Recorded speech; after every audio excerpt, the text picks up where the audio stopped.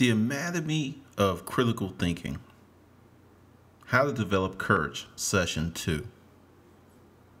Frequently, when you say the word courage, people assume some great heroic act, such as jumping over a cliff to save people that may have been in an accident, or when a fireman goes into a burning building. Those are larger levels of courage. Often the person that's involved in that doesn't even think about it, they just react. What we're going to talk about is normal, everyday courage. There are many people living quiet lives of desperation because they're kind of stuck, never really move past a certain point, and it's very, very frustrating. For some people, getting out of bed every day is an act of courage. The real gist of courage is not this major thing. It's several small things.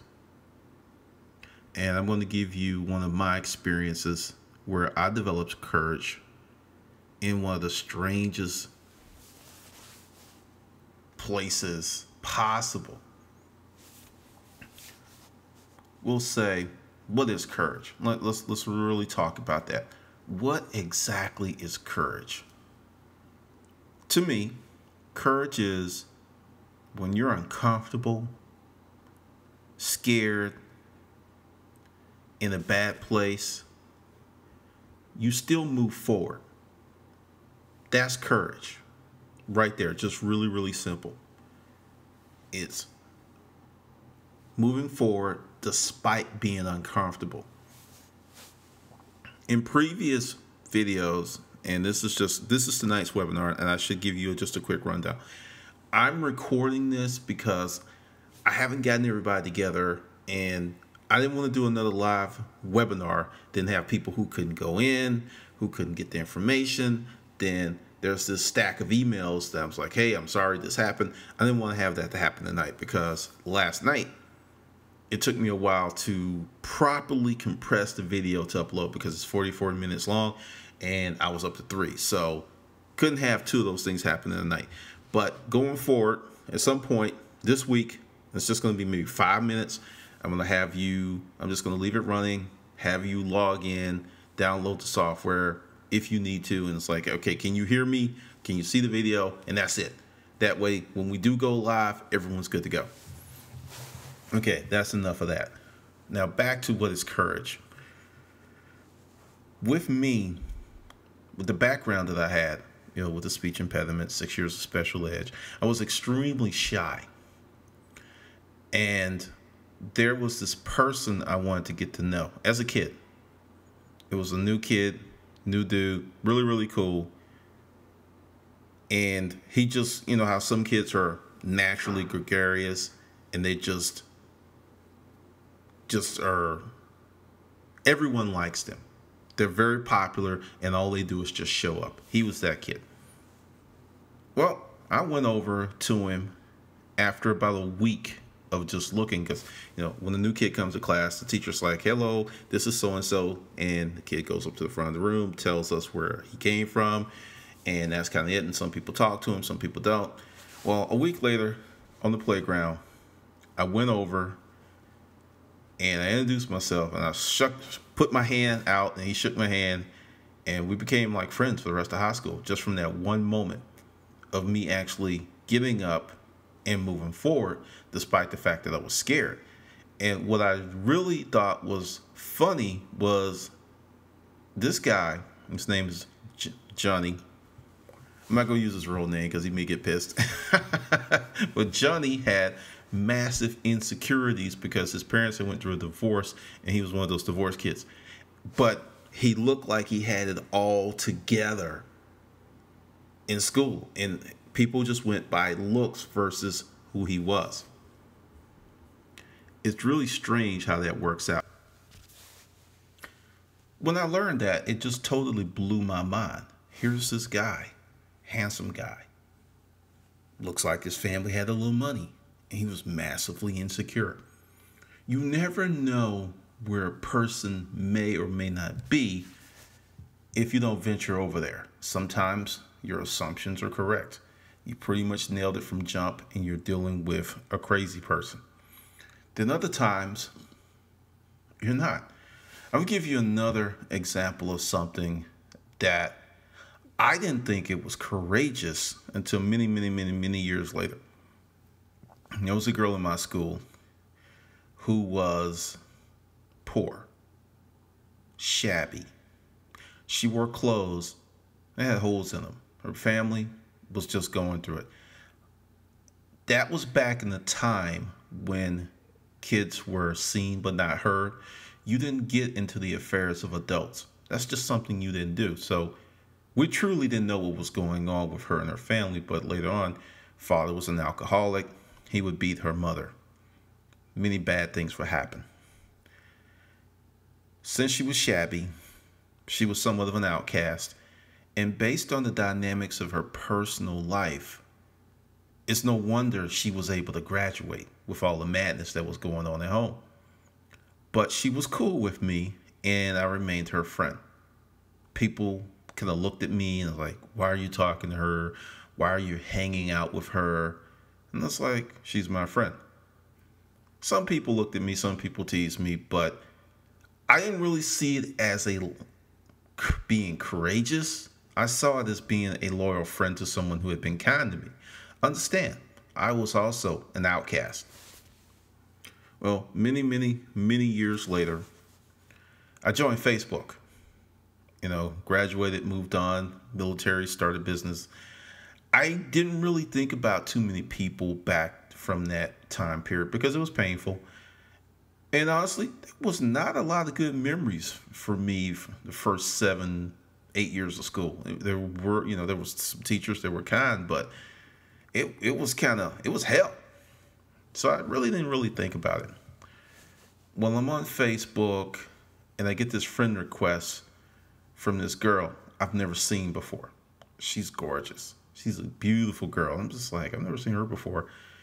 I recognize the first thing. I kind of look and it's like, oh, is that so-and-so? And it was her, this little shabby girl. This little girl that came from impoverished circumstances with an abusive alcoholic father. I answered her friend request and we go back and forth. And she's like, hey, what's your number? So I get her number and we talk and she tells me something that just totally floored me. She's like, I want to thank you for being my friend. It's like, what are you talking about? I haven't talked to you in years. She said, no, back in school. Most people didn't talk to me. People thought I was odd. And you were always my friend. You never denied me. You never shunned me. You never said, oh, she's one of them. You never turned your back on me. I would say probably around the 8th grade, they moved away. And she told me why.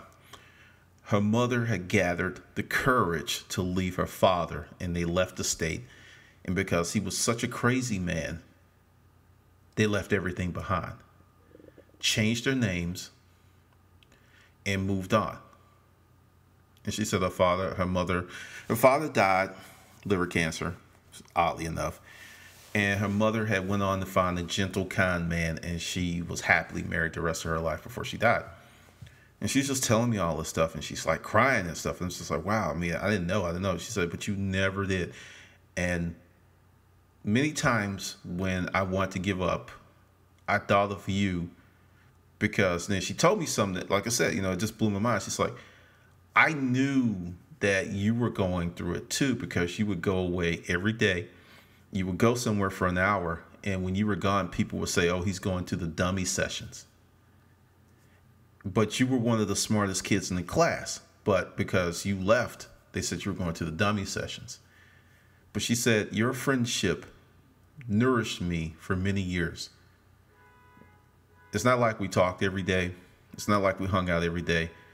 But the fact that I did not give up on her, I didn't really think that was that courageous. So, we talked some more, and I just noticed that, the word she used the way that she talked, she was clearly a professional. And I was like, so what are you doing? She said, I'm a doctor. I was just like, really? She's like, yeah, she's like, I'm a pathologist. And then I was like, oh, so you slice tissues? And she's like, yeah. I was like, yeah, I used to work in the lab too. And we just started talking about stuff. And with that, hung up the phone, and I was just smiling. What I mean to say to you is little things can impact people for a lifetime. I didn't think I was being courageous because, I was odd myself, but because I did not allow the crowd to dictate who was or who wasn't my friend. I actually enjoyed what I would call a pretty special moment with someone I hadn't heard from in over 20-something years. So what I'm saying to you, to be courageous, it doesn't have to be this big, huge, over-the-top defining moment in your life. It could be as simple as if you're in a coffee shop, you get up and you go over and start talking to someone that you think is interesting. It could be just that simple. Because for many years, due to the speech impediment being shot, I wouldn't really reach out to people. But for some reason, people would adopt me. Wherever I went, wherever duty station I was, people would just like adopt me. It's like, oh, this is my little brother. People would look out for me and just do stuff for me. It was really kind of crazy. So I really didn't have to put out or stand up in that regard. Then one day I just decided that I needed to be better. And I started putting myself in positions. And at this time I was in Hawaii and I was working out with some Bulgarian power lifters, and they have like this whole different philosophy about life. And one of them told me, he said, your problem is you're a coward. And as you know, a lot of the Europeans are blunt and very frank. And I was just looking at him and I was like, why would you say such a thing? He's like, I see you. You look at girls, but you never go talk to them. I see you. You want to do stuff. You say you want to do these things. You're here in Hawaii. You have Hickam Air Base, Wheeler Air Base. You're in the military. If you want to go to these countries, you can for free or little or nothing. But you don't. You're a coward. And he walked off, and my face was burning, and I was pissed off. And the reason I was pissed off because he had told the truth in less than 2 paragraphs about me. It was true. I hid behind the good nature of people who took care of me. So that day, I started putting myself in positions.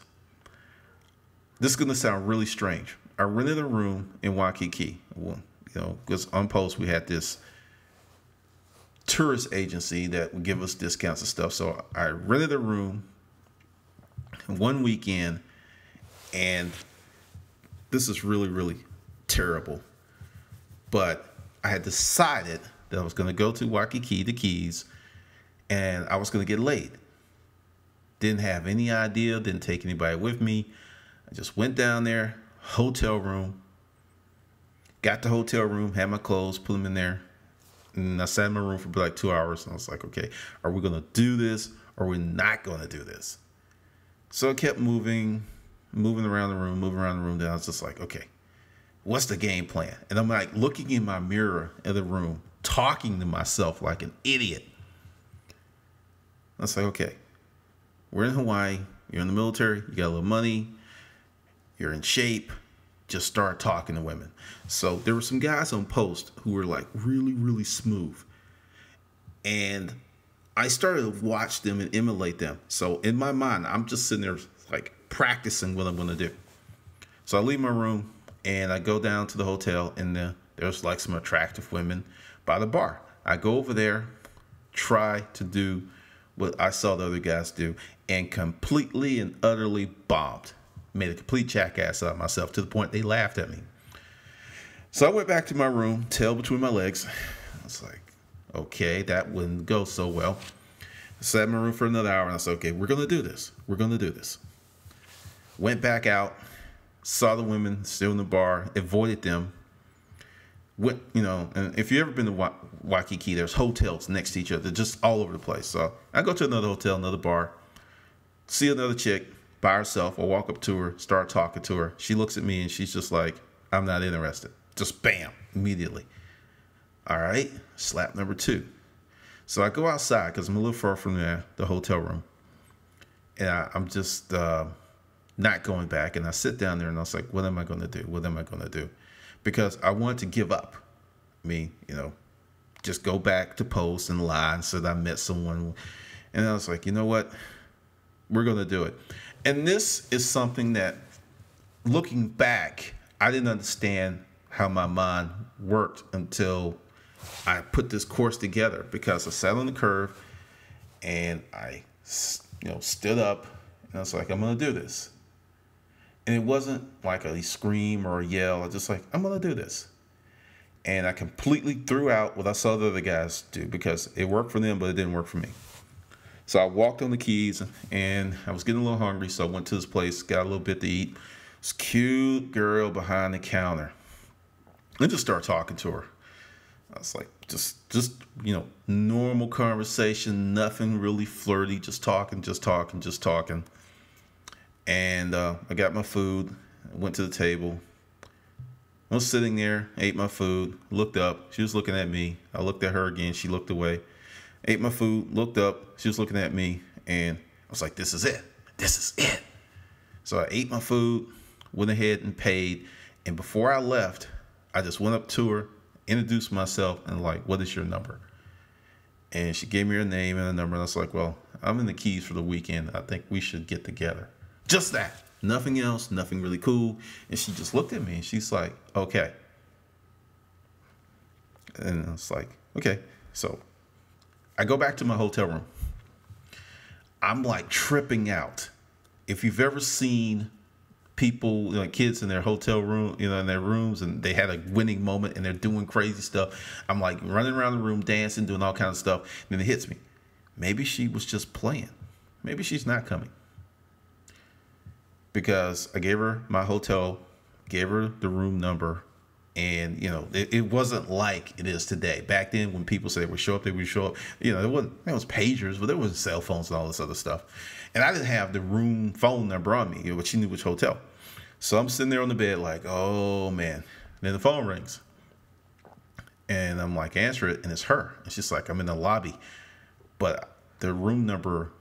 I didn't get the room number, but I did. I lost the paper, but I remembered the hotel, and I didn't remember my room number. I said, okay. So I told her, and she came up, and she went home, like taking a shower, was looking really good, and we spent the whole weekend together. I started to learn what it takes to be courageous, because sometimes courage is just making a simple decision and acting on it. That's what it was, because I after getting my lecture of, and being called out for being a coward, I took action. Part of being courageous is taking action. Now, the baby steps. I did that for me because, one, I needed to, and I was living in Hawaii, and I wasn't taking advantage of all the beauty and the situations that were there. After that weekend, I was a different dude. I was a totally different dude. Went back to post, and that smile you have on your face when you've had a good time. And I just went in my room, and they're looking at me, and they just like, oh, he got some. And I didn't say a word. I didn't confirm. I didn't deny. I just like went to my room, did my thing, and it was true confidence, not a faux confidence. When you actually do something and you're successful, there's a certain confidence that will emanate from your soul that you can't fake. I didn't have to say anything. They just knew by the look on my face. It was just like, wow. So baby steps. One of the first ways that you can develop courage is to take baby steps. What I'm doing here is a little different. Part of your activity, Wednesday should be activity day, but I'm kind of combining that with this video. Step number 1. Tomorrow, which is Wednesday, you're going to do something you've never done before, but you want to do. I don't know what that may be for you. It could be something little. It can be something small, just to help you out. If it's something small, Your goal is when you wake up before the close of business tomorrow is for you to do it once, just to do it. If it's something large, you need to do one thing that's going to move you towards that goal. Just one. Not two, not three, not four, not five, one. And the reason is simple. You want to build momentum. One of the reasons people are not successful is they try to do too much too fast when they haven't prepped themselves for it. I think if I had not spent all that money on the hotel room and I was down there, whether I got any or not, it just propelled me, because I got, pretty much shot down twice, hard, laughed at. Chick just looked at me and instantly like, no, you're not the one. You're not getting this. Pretty brutal rejection. That's a part of developing courage. What you want, what you have going for yourself, rejection will be part of it. When I say I was transformed, I wasn't kidding, because going through those two brutal transformational rejections was probably one of the best things to happen to me at that time. Because after getting rejected and laughed at, not just like, oh, no, they didn't lie and said they had boyfriends. No, they were just like, no, you're too young. Ha ha, nice try. Go away, little boy. And the second one, bam, it was an immediate rebuff. But as I moved past that experience to other things, women that had refused me before on posts because I came at them so weak, just to be honest about it, I was able to get them because my confidence had grew. I was the same dude. I just had more confidence, and it came from a little thing. Now, with your activity, it does not stop with doing one thing that you've never done before. Your activity will be for tonight or first thing in the morning when you get this video. You're going to write it down. You're going to write down that thing. You're going to write down what you want the outcome to be. You're going to write it down on a sheet of paper, or you can put it in your phone in your memo section. Once you do that, then you're going to work on doing it. I don't care if it's going to lunch with the mayor. I don't care if it's, taking a trip around the world. You will start on that tomorrow. When I put this together, I noticed that the people who had taken my storage auction webinars and things, and the ones that I had tasked to do things, did significantly better than the people who just read the book or had a static webinar. So there's going to be a lot of action with this, a lot of actions. And I'm going to start you off slow, because one thing that I've learned is if I give you too much and say, hey, do this, because essentially I backtrack to how I developed this insane amount of confidence, which is cocky. I come across as cocky. I come across as a know-it-all. I do. I will live with that. I'd rather be this way than the meek, shallow mouse of a man I used to be many, many years ago. I'll take the heat.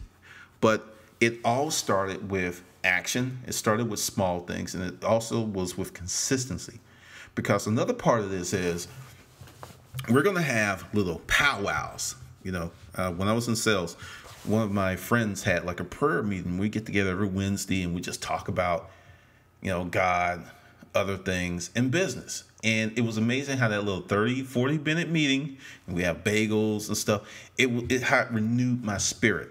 And if you don't have a team like that, and many people don't, we can kind of create that energy here where it's just like, bam, we get together, this is what's going on. Are you on track? Are you on point? Are you making this stuff happen? Because when you get around a group of like-minded people, you can do better things, because everything we do begins with collaboration. You don't do anything in a vacuum. You don't do anything by yourself. There's always another person that's part of the picture. Now, you've got the screen. The way that I design these webinars is you can plug in your headsets to your phone, log into the site, and go around and just kind of do your stuff. Because I want you to listen to this again, because you'll pick up more and more and more. Because in terms of the real acts of courage, I'll just give you some. And going back, and I will reflect on my friend Francine who passed, because I learned so much from her during that 2.5 years that she had the cancer. She had to go through not one, not two, not three, but 4 different types of treatment, because the first one was working, then the tumor started to grow again. Then they tried something else, that worked for a minute, then the tumor started growing again. And I just looked at that, and it's like each time that the doctor tells you that, hey, this may work, your hopes get up. And then when it doesn't work, your hopes are dashed. I watched her go through essentially a life and death situation every few months. The third actually took for a while, and I really, really thought it was gonna, she was gonna make it. Then it just went south, and the fourth one had no effect. And 3 months later, she was gone. So in that process, even when you're scared, even when things are really on the line, you still have to get yourself up. Doesn't mean that you're going to win. Let's be really clear about that. Does not mean that you're going to win. But while you're getting yourself up, you're going to enjoy life more, even if it's only for a short period of time. If you don't get yourself up, and if you go in thinking it's not going to work, and you go in with trepidation, anxiety, not only do you fail, but you don't even get to enjoy the potential of success. A real act of courage, and I'm going to give you a few, could be this: going up to a person, whether it's a family member, friend, coworker, who doesn't respect you, pulling that person aside, looking them in the eye and say, look, I don't like the way that you treat me. I don't like the way that you talk to me, and you will stop it. I've had to do that to people. It's scary. Your heart's in your throat. But I found out that most of the time, they're shocked when you do it. Big shock. Second reaction is they didn't realize what they were doing was that bad. And at first, I know you're going, how the hell do you realize it's not that bad? And I realized we live in a society where people are overly polite at times and critically impolite at the wrong times.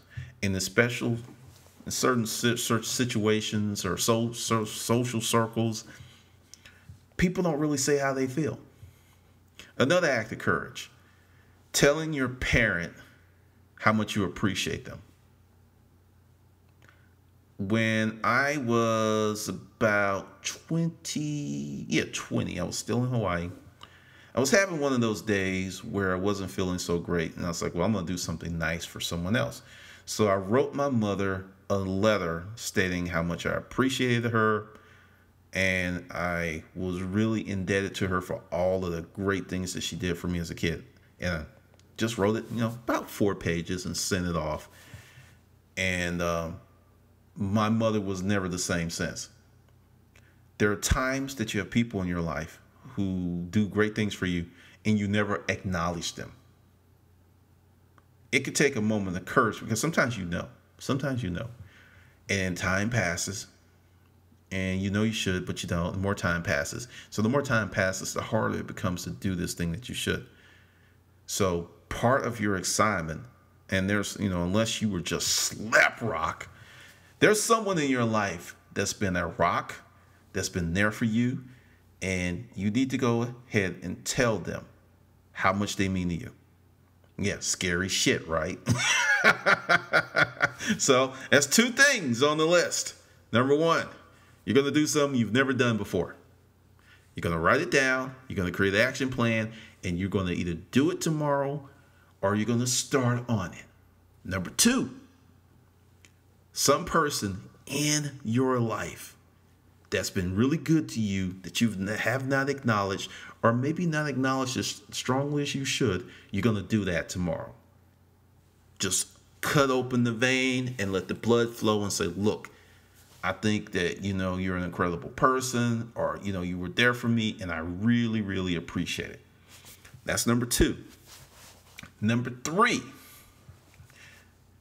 You're going to have to develop the courage to dream.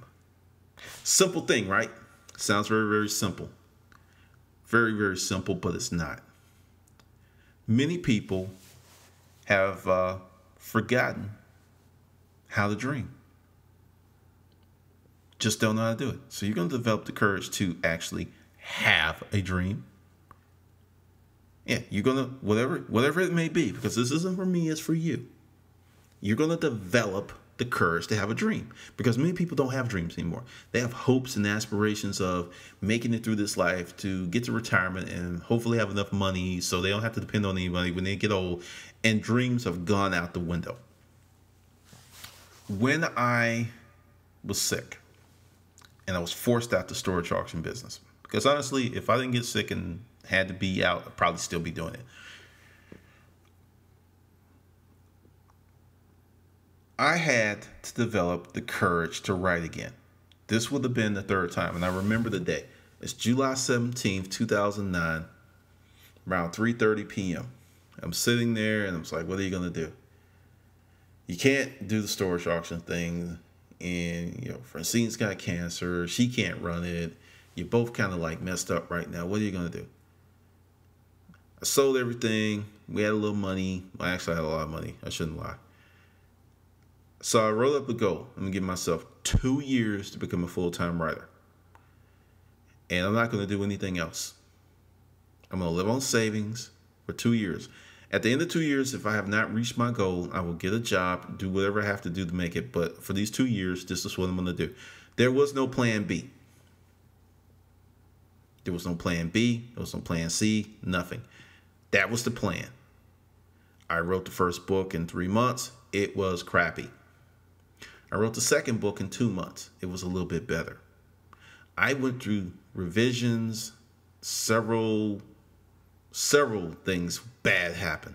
But within 14 months, I was making enough money to say I was a full-time writer and could support myself on the money I was making within 14 months from nothing. I had the courage to dream again. This was not the first time I tried to write. Wasn't the second. It was the third. I'm 45 now, so I was 42 or 41 then. Yeah, I was over the age of 40 when this happened. I tell it to you like this to let you know that just because you're a certain age means nothing. You can still do many things. I mean, honestly, when I sit down and I go to Amazon and I look at the things I've done, it just kind of shocks me at times, because I was like, this didn't exist before July 17th, 2009. It didn't exist. So what I'm saying to you is, whatever you want to do and you're willing to pay the price, there's two parts to that. It's not about do what you love and the money will come. That's bullshit. That's a lie. Because say you love collecting rocks. There's no money in that. Do what you are motivated. Follow what motivates you. Mark Cuban said, follow your determination. That's what's going to bring you the money. Whatever you're really determined. So if you're willing to pay the price, if you're willing to dream, and the price may be, you may not watch TV. You may not hang out. You may have to stay single for a few years. These are some of the prices that it may be for your dream, whatever it may be. But I guarantee you, going through it, and I want you to think about my experience. I was sick. Sometimes I still get sick. I don't tell a lot of people that. Sometimes I have days where I don't even want to get out of bed, but I still do. My best friend in life had stage 4 colon cancer. So while I was writing these books, I was going to the doctor with her and watching her try to fight this thing and watching her struggle and watching all kind of horrible things that happen to a person who has cancer and who's going through the treatment. And I was working on this writing thing. There was a lot of turmoil. The first year was not easy. I had people tell me I was stupid and crazy. My partner was looking at me kind of funny. We had a moment. So when I tell you that this is attainable, you can do it. I will not blow smoke up your ass and say it's going to be easy. It may be one of the hardest things you've ever done. Because my partner told me this many years ago, even before the storage auction thing. It's like, if you're serious about something, you're going to do it. You're going to do it Monday through Sunday until it's done. And it's true. It's very easy to want, but it's the doing that's the problem. So if you want it and you're willing to do it, you can make it happen. This is how I got to this level of confidence. It didn't happen because I thought I was confident. It came as a byproduct of going through a lot of bad things and coming on the other side whole. That's why if you're experiencing bad times, things are going wrong for you, it may be a moment where you're being prepared for something else. And I don't say that in a spiritual sense. I say that in on this plane sense, because, for me, people mention karma only in the aspect of if someone does something bad, then they're going to get bad karma. No one really talks about good karma. One of the books that I've mentioned before, and I want you to get it, and you can get it very inexpensively on Amazon, is The Power of Your Subconscious Mind by Joseph E. Murphy. Get the book. It is pretty much one of the reasons I'm talking to you, because I don't agree with everything in the book. I agree with 90% of it, and it worked for me. You have to be careful what goes into your mind. You have to be very, very careful. That's what yesterday's video was about. But I'm going to wrap it up here. This is what you do. You got 3 things. Number 1, write down something that you've never done before, but you want to do it. You're going to do it tomorrow or start it. Number 2, you are going to tell a person who's close to you how much they mean to you in an unvarnished, very real, heartfelt tone. No bullshit. No like, hey, you all right? No, I mean, for real, for real. You did this for me and I love you. I care. I mean, open up like you never opened up before. And number 3, you are going to develop the courage to dream again. You're going to sit there and you're going to let your mind run. You're going to have dreams. You're going to think about it. You're going to think about the potential. You're going to think about the possibilities. You're going to think about this stuff because it'll open up your mind to what is possible versus what is not. That's your activity for tomorrow. You'll get an email. I'll be outlining the high points, and we will meet again next week.